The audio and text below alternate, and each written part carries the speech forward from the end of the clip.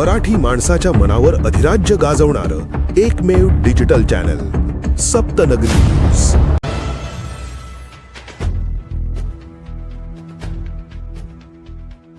नागपुरात संशयास्पद पिशवीत स्फोटकसदृश साहित्य आढळल्याने उडाली खळबळ। नागपूर शहरातील सीए मार्गावरील दोसर भवन चौकाजवळ संशयास्पद पिशवीत स्फोटकसदृश साहित्य आढळून आल्याने परिसरात एकच खळबळ उडाली आहे। या परिसरात राहणारे प्राध्यापक उज्ज्वल अब्बादास लांजेवार यांच्या निवासस्थानाशेजारी ही पिशवी आढळून आली।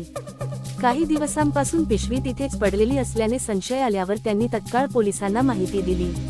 माहिती मिळताच गणेशपेठ पोलिसांनी घटनास्थळी धाव घेत परिसर सील केला।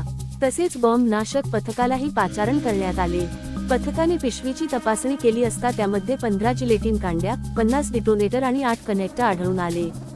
ही बाब उघड होताच पोलिसांनी खबरदारीचा उपाय म्हणून संपूर्ण परिसर निर्जन केला असून आसपासची दुकानेही बंद करण्यात आली आहेत। सध्या पोलिसांकडून अधिक तपास सुरू असून ही स्फोटक सामग्री तेथे कशी आली याचा शोध घेतला जात आहे।